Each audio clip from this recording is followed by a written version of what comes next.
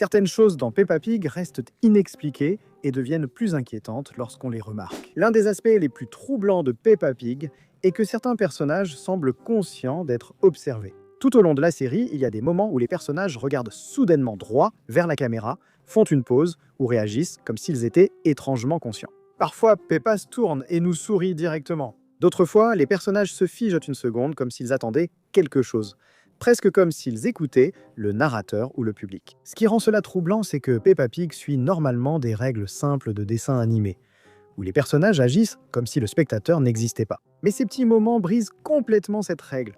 Cela soulève une question étrange. Les personnages sont-ils conscients qu'ils font partie d'une émission?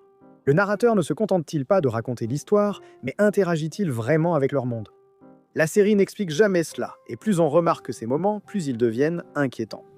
L'un des mystères les plus étranges de Peppa Pig se produit dans l'épisode « La visite du Père Noël ». La famille Pig fête Noël chez Mamie et Papy Pig, et tout semble normal au début. Le Père Noël apporte des cadeaux, s'envole, et la soirée continue. Mais ensuite, en main, quelque chose d'étrange se produit. Le Père Noël se rend compte que Peppa n'a pas reçu de cadeau, alors il décide de revenir. Et c'est là que le mystère commence. Le Père Noël apparaît soudainement à l'intérieur de la maison, descendant par la cheminée. Le problème, c'est que la maison de Mamie et Papy Pig n'a pas de cheminée du tout. Le dessin animé ne dit jamais comment le Père Noël est entré. S'est-il téléporté? La maison a-t-elle créé une cheminée pour la nuit? Ou est-il passé d'une manière qu'on n'est pas censé comprendre? As-tu déjà remarqué que dans Peppa Pig, chaque couple est composé de la même espèce? Maman et Papa Pig, Monsieur et Madame Lapin, Monsieur et Madame Poney. Aucune exception, aucun mélange. Mais pourquoi? Est-ce juste une coïncidence? Existe-t-il une règle ou une loi dans le monde de Peppa interdisant les mariages entre espèces différentes? Si oui, cela signifie-t-il que Peppa et Suzy resteront toujours célibataires? Jusqu'ici, nous n'avons jamais vu d'autres familles de cochons ou de moutons dans leur monde. Sauf si la série introduit de nouvelles familles de cochons ou de moutons, Peppa et Suzy resteront probablement célibataires. Nous connaissons aussi Teddy, l'ours préféré de Peppa. Certains fans pensent que Teddy est en réalité un jouet doté de sa propre vie.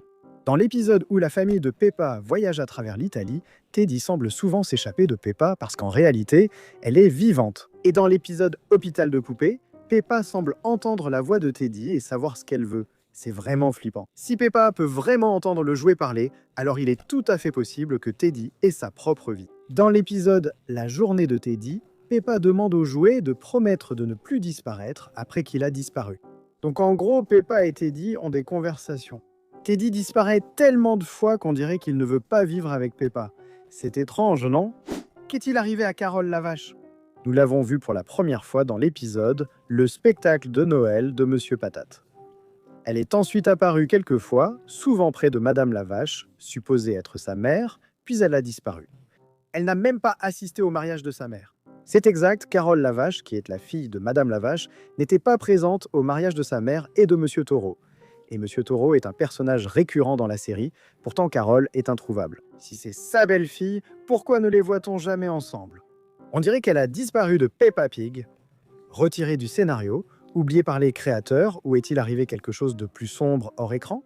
D'accord, parlons de Monsieur Patate. Maintenant, dans un monde rempli de cochons, de moutons et d'éléphants qui parlent, on pourrait penser qu'une pomme de terre qui parle, ce n'est pas si étrange. Mais réfléchissez un instant. Tous les autres personnages sont des animaux, non? Et puis il y a Monsieur Patate et même Super Patate, qui sont, des légumes. Ça se remarque, n'est-ce pas? Ce n'est pas juste un personnage excentrique. Cela a suscité une théorie fascinante. Et si Monsieur Patate n'était pas une pomme de terre?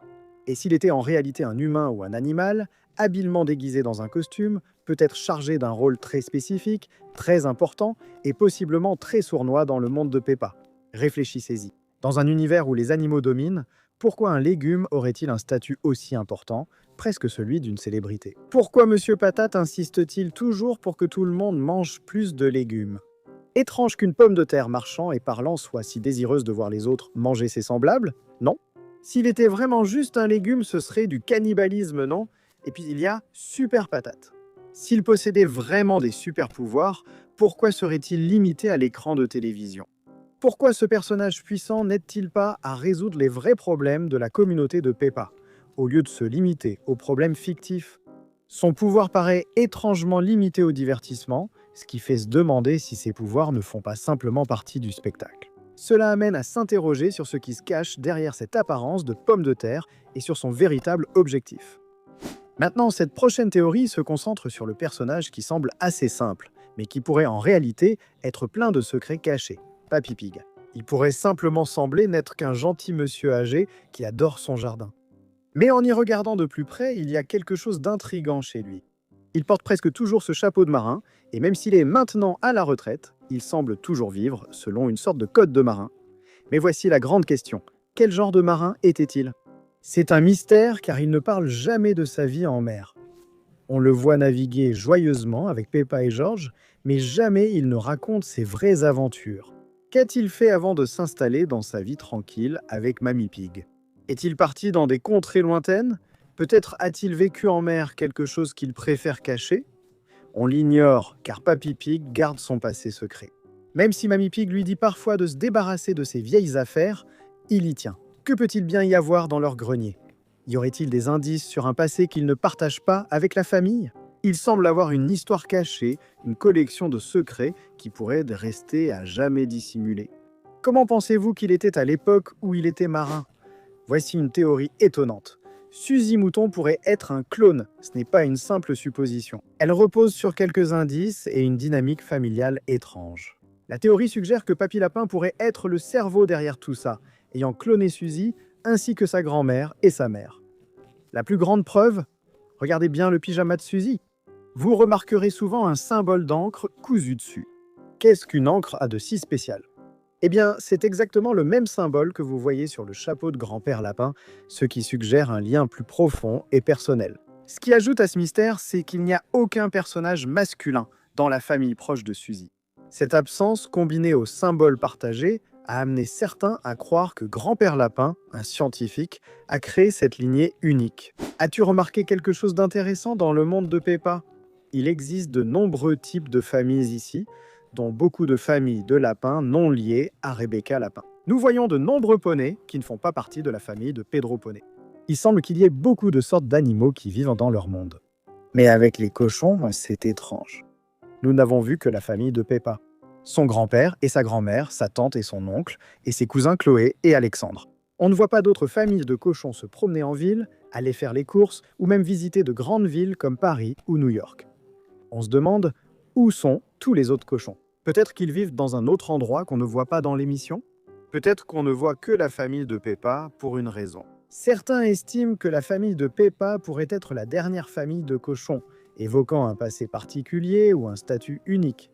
Seraient-ils les derniers de leur espèce ? Ou bien sont-ils délibérément isolés pour une raison inconnue ? On se demande pourquoi le monde de Peppa Pig est si diversifié chez toutes les autres espèces, mais centré uniquement sur cette famille de cochons. La prochaine fois que vous regardez Peppa Pig, soyez plus attentifs. À bientôt dans la prochaine vidéo.